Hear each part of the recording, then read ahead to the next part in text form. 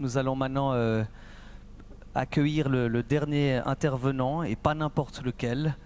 René Prêtre, qui est chirurgien cardiaque et qui notamment opère des enfants partout dans le monde, des enfants qui ne peuvent pas se permettre, ou des familles qui ne peuvent pas se permettre ce genre d'intervention. Enchanté, enchanté, bienvenue. Vous pouvez faire un tonnerre d'applaudissements, s'il vous plaît, pour René Prêtre. Je crois qu'on vous a placé là-bas. Vous avez, pour le XL et tout ça, c'est tout bon pour le PowerPoint. Voilà, on va voir. On peut enclencher le PowerPoint. Votre micro est juste là. On va aussi bien garantir que ça fonctionne. Voilà, vous pouvez le prendre. Est-ce qu'on peut juste checker que le micro est bien enclenché? 1, 2, 3. Voilà, magnifique. Regardez, la technologie suisse fonctionne encore à merveille. René Prêtre, s'il vous plaît, mesdames et messieurs. Bonjour à tout le monde. Moi, j'ai un peu la lourde tâche de terminer cette grande journée. Il y a eu beaucoup de débats, beaucoup d'interventions. Je vous ai la tête bien pleine, plus de place pour accueillir encore de nouvelles informations. Alors, je vous rassure, ce sera récréatif. Moi, je suis comme Obélix, je suis tombé dans la marmite de l'enfance, mais pas tellement par choix. C'est simplement que mon métier m'y a porté, m'y a mis. Et puis, on m'a donné ce titre, et au centre bat le cœur. Bon, ça rappelle quelque chose peut-être, mais si mon truc veut bien marcher... Ah là là, voilà. Et je vais essayer de voir un tout petit peu justement dans quel est le centre que le cœur occupe exactement dans nos vies. Et il y a deux façons de le voir, le cœur. Il y a la façon du scientifique et il y a bien sûr l'approche du poète. Il faut que vous fassiez avancer les diapositives parce que mon curseur ne marche pas. Pour le scientifique, le cœur, c'est une simple pompe. C'est quelque chose qui va faire 5 litres, qui va faire marcher le sang à 5 litres par la minute. Pour le poète, bien entendu, c'est quelque chose d'autre. C'est le réceptacle de l'âme. C'est également le réceptacle des émotions, en particulier de l'amour. Alors bien sûr, moi, je suis un peu les deux, surtout scientifique, et on va parler du cœur scientifique. Vous avez ici un ovule qui a été fécondé, les divisions cellulaires, et vous voyez que très très vite, il y a des cellules qui commencent de battre, de palpiter, et qui vont former ce cœur, qui commence de devenir vital autour du 42-45e jour chez cet enfant-là. Et ça, c'est un principe extrêmement important pour nous dans la chirurgie cardiaque, parce que vous avez ici un enfant à 6 mois de grossesse et vous constatez déjà que ce cœur est extrêmement actif. C'est lui qui fait la circulation, il est déjà vital. Bien entendu, pour que les cellules se développent et puissent se développer comme il faut apporter des protéines, il faut apporter de l'énergie, il faut apporter des choses et vous avez besoin de routes ou d'autoroutes. Et en gros, ce sont la circulation sanguine qui va apporter ça. Et ce cœur soutient déjà cette vie bien avant la naissance. Et à la naissance, on peut déjà dire qu'il a travaillé entre 7,5 et 8 mois pour une naissance à terme et il fait en gros, chez les enfants encore plus que chez nous, mais 80 à 100 000 battements par jour. Et chez nous, c'est à peu près ça, 70 000 battements par jour. Et ça, c'est jour et nuit, week-end, etc., pas de vacances. Et c'est jusqu'à 80 ans, c'est ce qu'en tout cas nous promettent les compagnies d'assurance vie. Donc c'est un travail phénoménal qui va le faire. On a des défaillances cardiaques et ça m'a toujours étonné de voir qu'en fin de compte, on avait des défaillances en début de vie ou à la fin. Au milieu, il y a une sorte de bruit de fond, mais c'est assez calme. Au début, on va le voir, parce que des connexions, surtout avec le poumon, se sont mal faites. Le poumon, il ne travaille pas pendant la vie intra-utérine. Il est dans de l'eau, il n'est pas dans de l'air. C'est le poumon de la maman qui, indirectement, respire pour son enfant. Elle respire pour elle et pour l'enfant. Mais au moment où on vient au monde, le fameux premier cri, si les connexions avec le poumon ne se sont pas bien développées, ce qui était tolérable avant la naissance, ne l'est plus après la naissance. Et c'est pour ça qu'on a ce pic d'opération dans les premiers jours de la vie. Puis après, ben, c'est l'usure, comme je vous ai dit, 80 000 fois des battements, c'est quelque chose d'incroyable. Alors je vous montre juste un petit exemple ici, la valve aortique. C'est cette valve qui se situe à la sortie du cœur, ici, dans le sang rouge. La voilà. Et on va la regarder un tout petit peu au cours des années. Quand on la regarde depuis le dessus, elle a une forme en bas triangulaire, elle a 3 feuillets qui se ferment, et puis à l'ouverture, c'est une sorte d'hexagone, comme vous voyez en haut, et c'est un mouvement purement passif qui se fait là-dessus. Alors, cette valve, chez les enfants, on peut avoir des problèmes de développement de ces 3 feuillets. Ça m'a toujours surpris de voir qu'il y avait des cellules qui ont ce qu'on appelle de l'apoptose. Elles sont programmées pour disparaître, elles sont programmées pour mourir relativement vite. Et si elles ne meurent pas, ça crée des malformations. Je fais le parallèle avec les cathédrales que l'on construit, on doit faire des contreforts. Mais une fois que la cathédrale est faite, les contreforts doivent partir, sinon la cathédrale ne ressemble à rien. Et de temps en temps, ces cellules ne sont pas parties. Et vous voyez cette valve ici, on voit il y a des rudiments de ces 3 feuillets, mais ils ne se sont pas développés.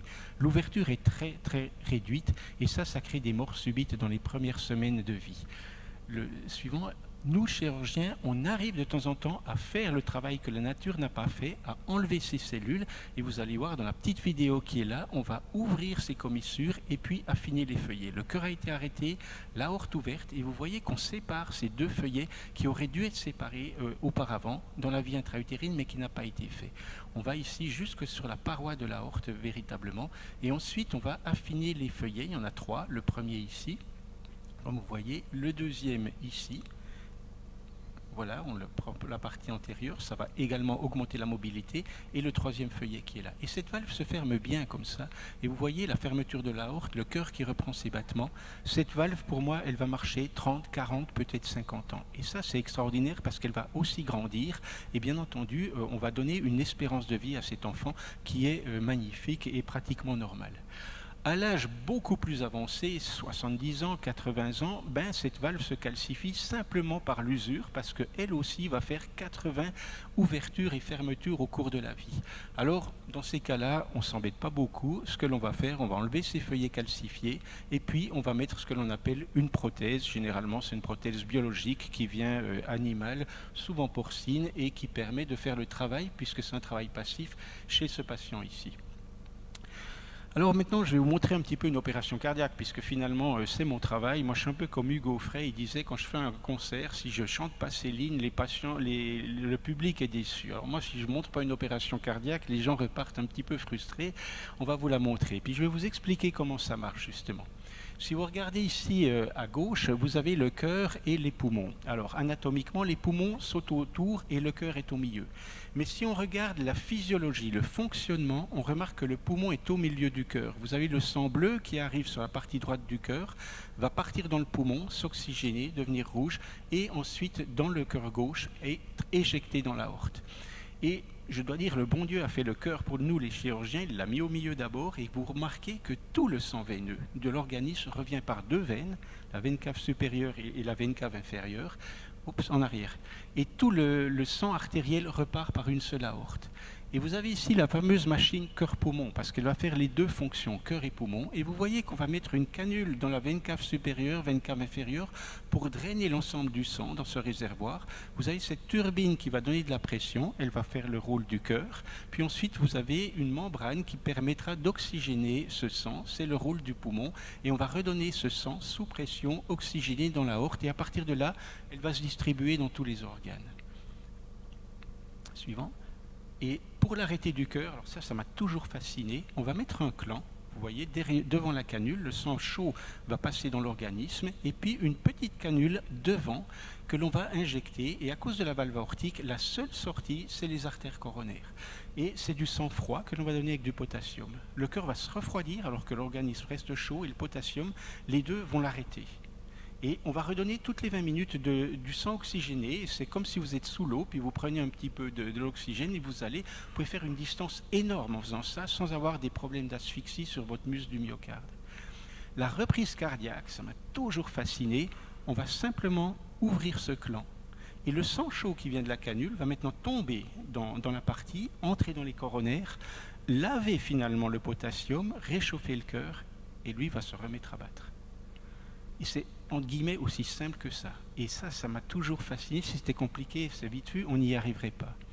Alors l'opération que je vous propose, la suivante, c'est une des plus fréquentes que l'on fait, c'est ce qu'on appelle une communication entre les 2 ventricules. Vous voyez ce défect ici, normalement les 2 ventricules sont complètement séparés, mais vous voyez qu'il y a un trou entre les 2. Alors notre règle, c'est normalement on ne coupe pas de muscle. Muscle cousu, muscle foutu, et ce muscle est tellement important. C'est la source d'énergie de la circulation. Comme je vous l'ai dit, normalement il va travailler pendant 80 ans, on fait tout pour le préserver. On va ouvrir plutôt l'oreillette, qui est un tout petit renflement en amont de la valve ici. le cliché suivant. Voilà, vous avez vu ce trou tout à gauche. On va ouvrir l'oreillette et puis on se trouve devant une valve qui a une forme de parachute. Alors on peut travailler entre les mailles du filet, mais nous à Zurich, on a développé une technique que je trouve extrêmement élégante, où on détache un des feuillets de cette valve, oui, de l'anneau. Le suivant.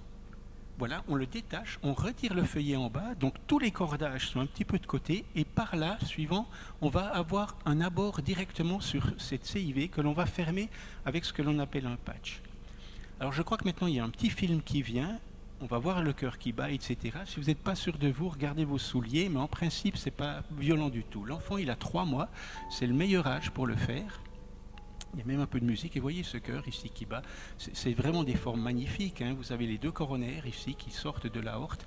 On va faire ce qu'on appelle une bourse en piquant la paroi de l'aorte, pas complètement pour que ça ne saigne pas. Et avec le bistouri, on fait un trou dedans. Avec la pincette, on tient les tissus pour que ça ne saigne pas. Et on va mettre une canule qui va permettre de redonner le sang oxygéné quand on arrêtera le cœur. Parce que la circulation doit continuer de fonctionner, sinon le cerveau va être détruit. Ici, c'est la veine cave supérieure, la tête est en bas ici à gauche. On a fait la même chose, une bourse, une petite incision et une canule coudée. Et là, on est en train de drainer le sang bleu de la tête et des membres supérieurs. Cave inférieure, voilà, vous voyez, on va mettre cette canule, on va le diriger vers l'abdomen, vers le foie. Et à partir de là, tout le sang est drainé hors de l'organisme. Et ça, c'est la fameuse pompe qui va faire la fonction cardiaque. On met cette petite canule, comme je vous ai dit, pour arrêter le cœur. Alors, elle n'a pas besoin d'être très grande, hein, il ne faut pas des grands volumes. Et puis là, on va mettre ce fameux clan. Derrière l'eau, le sang est chaud, maintenant le sang est froid, et regardez ce qui se passe. Très rapide, hein, en quelques secondes, vous avez l'ECG qui tout d'un coup devient plat. Alors dans Grey's Anatomy, c'est la panique, nous on reste calme. Et puis on va ouvrir l'oreillette, comme je vous ai dit. Vous avez cette fameuse valve tricuspide, parachute, avec tous les cordages. On la teste, vous voyez qu'elle se ferme bien, l'eau reste derrière, donc ça ne va que dans une direction. Voilà. Et puis on va détacher ce fameux feuillet, le feuillet comme on appelle nous antérieur. Et vous avez le trou qui est là, on va mettre ce patch ici, et puis on va le suturer, finalement, comme d'une simple couture. Vous voyez, on va faire tout le tour de ce patch pour fermer le trou. Et à la fin, bien entendu, on va remettre le feuillet qu'on a détaché sur l'anneau pour que la valve fonctionne. Voilà, alors on sait faire des nœuds dans cette chirurgie, et puis on réadapte le feuillet qu'on a détaché pour avoir un accès, comme je vous l'ai dit, sans être perturbé par les cordages. Ça, c'est la fin du surjet. On teste la valve pour être sûr que tout va bien. Vous voyez qu'elle se ferme toujours très très bien, il n'y a pas de fuite. Le cœur se vide, comme vous le voyez, et on enlève ce clan. Cette fois, le sang chaud va entrer dans le cœur, ce cœur qui est arrêté. Et vous voyez que très vite, il commence de vibrer. On commence à avoir des premiers battements qui arrivent. Et en 30 secondes, vous avez déjà très très bons battements, et on va fermer l'incision sur l'oreillette que l'on avait faite tout à l'heure. Alors voilà, encore une fois un nœud. On va enlever les canules et l'opération finalement touche à sa fin. On ferme ici le sternum. Moi j'utilise des fils résorbables pour que la croissance soit bonne. Et puis l'incision ici, il y a un petit drain. On finit l'opération et bien sûr il faut avertir les parents parce que jusqu'à ce moment c'est leur cœur à eux qui est toujours en arrêt. Et voilà, au centre, donc, moi j'aime beaucoup ce collage d'Henri Matisse, hein, c'est Icare, on connaît tous la légende d'Icare. Il voulait atteindre le soleil, il avait fait des ailes qu'il avait collées avec du miel. En se rapprochant du soleil, la chaleur fait fondre le miel, les ailes partent et il va mourir. Alors j'aime ces gens qui vont un petit peu au bout de leur utopie et de leur rêve, il faut rester quand même un peu raisonnable. Et là, il est au sommet de les ailes, c'est ce qu'on voit en jaune, et il va amorcer sa chute. Et Matisse a fait ce petit point rouge qui est le cœur, trop petit d'un point de vue anatomique, mais qui arrache les yeux, et qui est un peu le synonyme de la vie ou de la mort qui va apparaître. Oui, suivant. Alors on va reprendre. Bien sûr, il est au centre, ce cœur. Pour le scientifique, c'est le moteur de l'organisme. C'est lui qui nous donne l'électricité avec un potentiomètre plus ou moins grand selon qu'on dorme ou que l'on court. Et c'est le centre de gravité. Il l'a placé au milieu de l'organisme, assez haut, parce que la tête, qui est un grand consommateur de glucose et d'oxygène, est tout près du cœur. Mais on sait très bien qu'il est au centre aussi d'autre chose. Il a une dimension supplémentaire, émotionnelle, et je viens dans le territoire du poète maintenant. Territoire suivant. Et vous voyez que les émotions, en fait, On les ressent beaucoup sur le cœur, mais c'est le système nerveux, comme on appelle sympathique, ou le système nerveux végétatif qui les gère un petit peu. C'est un système très ancien, qui a été chapeauté par les autres. C'est l'état après reptilien et autres. Mais vous voyez que tous les organes, tous les viscères sont infectés par ça. D'ailleurs, quand on a une grande émotion, on voit bien qu'on respire plus. L'intestin se vrille, la vessie se spasme, les pupilles se dilatent. Mais le cœur prend tellement de place parce qu'il a deux éléments. La fréquence cardiaque. Pour nous, cette fréquence de 1 battement par seconde, c'est l'unité temporelle de l'homme, ça. Puis ensuite, la pression monte et on l'entend même dans les oreilles. Et c'est tellement réactif qu'on a l'impression, en fin de compte, que les émotions sont générées par le cœur, alors qu'elles sont générées par le cerveau. Le cœur n'est que la caisse de résonance de ça. Mais c'est tellement rapide qu'on a l'impression que ça vient directement du cœur. Et tous ces éléments ici, peur, tristesse, colère, ont finalement un équivalent cardiaque. Et puis bien entendu, suivant, l'émotion suprême, c'est l'amour pour son enfant, pour son époux, pour sa famille et tout. Et cette expression, suivant, la faut aller vite, pour la famille, l'expression, allez-y s'il vous plaît, oui. Je t'aime de tout mon cœur, mais quelle maman ne l'a pas dit à son enfant ou au papa? Et cette phrase, je trouve, elle existe, mais dans toutes les langues, et elle doit avoir traversé les civilisations. Allez-y, parce que je les ai mises dans toutes les langues anglaises, enfin que je connais un petit peu, vous le voyez. J'ai jamais vu une maman dire « je t'aime de tout mon foie ». Pourtant, le foie, c'est l'organe le plus grand de l'organisme. Si on était généreux, on donnerait le foie. Non, parce que pour nous, indirectement, c'est le cœur, l'organe le plus précieux que l'on a, et c'est ce qu'on a envie d'offrir à son enfant. Suivant. Alors, on sait aussi que le cœur, c'est la vie. La vie disparaît en arrêt cardiaque. Longtemps, la notion de mort, c'était l'arrêt cardiaque. Et si quelqu'un tombe inanimé, un professionnel va tout de suite regarder la carotide pour savoir s'il y a toujours une pulsation. Il sait que s'il n'y en a pas, il y a un grand problème. S'il y a une pulsation, c'est que la mort n'est pas encore là. Alors, est-ce que le cœur est véritablement la vie? Suivant. C'est la grande question, oui. Alors, les scientifiques, on les connaît. C'est des rabat-joie, ils vont vous dire non, ce n'est pas le cœur qui est la vie. Suivant, regardez cette image ici, c'est une transplantation cardiaque chez un enfant. Le cœur qui arrive, il a fait à peu près 2000 km, il est en train d'arriver. Le thorax que vous voyez en bas, il est vide en fait. Et on va changer ce cœur, on va changer la pompe pour le scientifique et on ne va rien changer sur le caractère, la personnalité de la personne. Et en fin de compte, ce n'était pas vraiment le cœur qui est la vie, puisqu'on peut le remplacer. Et la vie reste comme elle était avec la personnalité de l'autre. Bon, alors, le cœur n'est pas la vie, oui. S'il vous plaît. Ça ressemble à ce tableau de Magritte, je trouve. Il vous dit, ceci n'est pas une pipe. Effectivement, c'est un tableau, mais ça ressemble furieusement à une pipe, franchement. Et quand le scientifique ne dit pas que c'est la vie, c'est comme ce tableau, on ne le croit pas. La diapo suivante. Et je vous montre ici la première transplantation du cœur. Alors, ceux qui ont 60 ans et plus se souviennent de ça, bien entendu. Ça avait fait le tour du monde en 24 heures, à une époque où Internet n'existait pas. Regardez, Stern le nomme Barnard l'homme de l'année. Et bien entendu, les premières transplantations hépatiques ou de poumons ont été faites peu avant ou peu après. On n'en a pratiquement pas parlé. C'est le cœur qui a pris tout pour lui. Pourquoi? Parce qu'on avait l'impression ce jour-là qu'on avait gagné quelque chose sur le territoire même de la mort, qu'on lui avait repris quelque chose.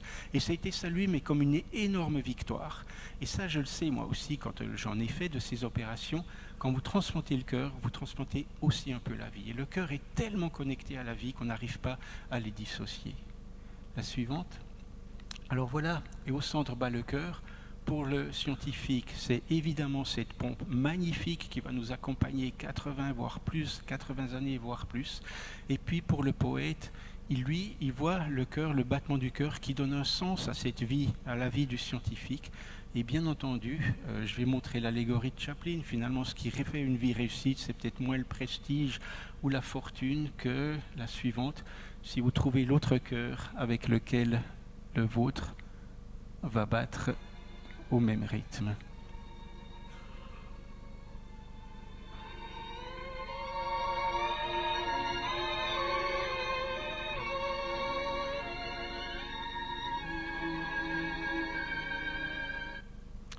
Voilà, merci.